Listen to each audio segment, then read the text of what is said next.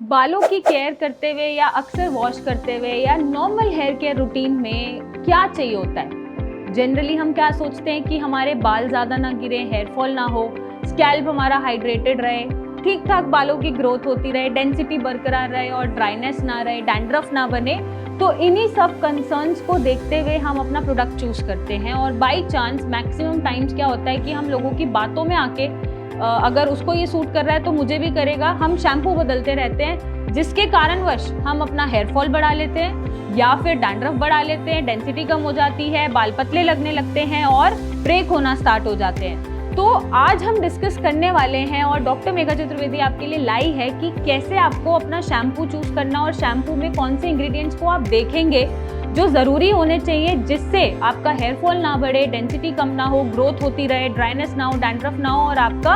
Hair care बना रहे, आपके बाल हेल्दी रहें और जिंदा रहें। तो सबसे नंबर 1 जो इंग्रेडिएंट आपको देखना है वो देखना है एक्वा। एक्वा आपके शैम्पू में अगर प्रेजेंट है तो आप देखिएगा कि एक्वा का कितना परसेंटेज उन्होंने डाला है। और एक्वा का काम क्या है कि ये आपके बालों में हाइड्रेशन बरकरार रखता है,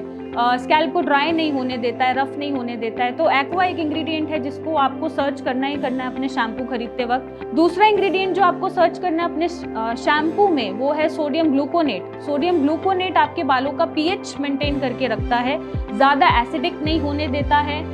ज़्यादा एसिडिक होगा और न्यूट्रल नहीं रहेगा या अल्कलाइन नहीं रहेगा तो बालों का ब्रेकेज और डैमेज बढ़ेगा, जिससे स्प्लिट एंड्स बढ़ेंगे, हेयर फॉल बढ़ेगा और आपका बाल का जो क्वालिटी है वो डिट्योरेट होता रहेगा। नंबर 3 जो इंग्रेडिएंट है वो है ग्लिसरीन।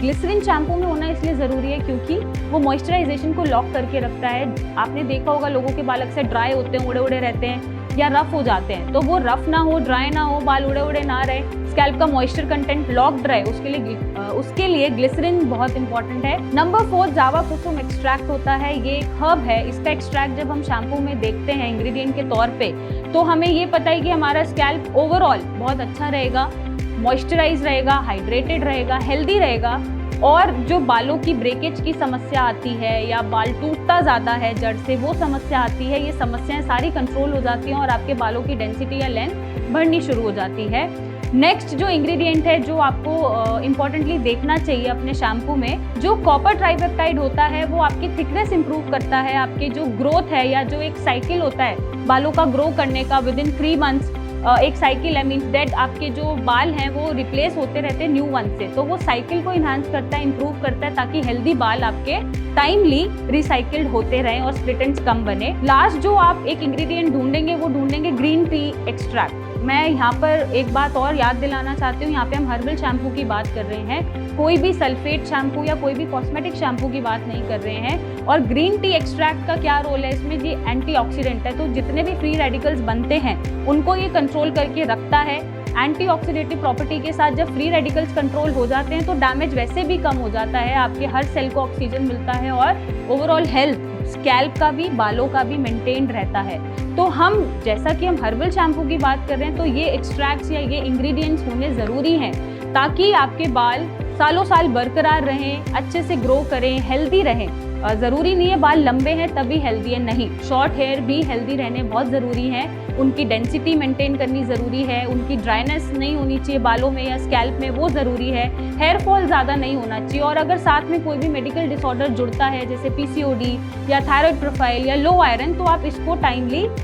एडिक्वेट अमाउंट में पूरा करते रहें ताकि आपको शैम्पू यूज़ करके और अपना मेडिकल डिसऑर्डर ठीक करके डिज़ायर्ड रिजल्ट्स मिले और आपको डॉक्टर्स के पास कम जाना पड़े या लोगों की ओपिनियन कम मांगनी पड़े और अपने लिए आप खुद डिसीजन ले पाए। तो आगे से जब भी आप शैम्पू चूज़ करेंगे तो इन इंग्रेडिएंट्स को प्लीज़ देखिएगा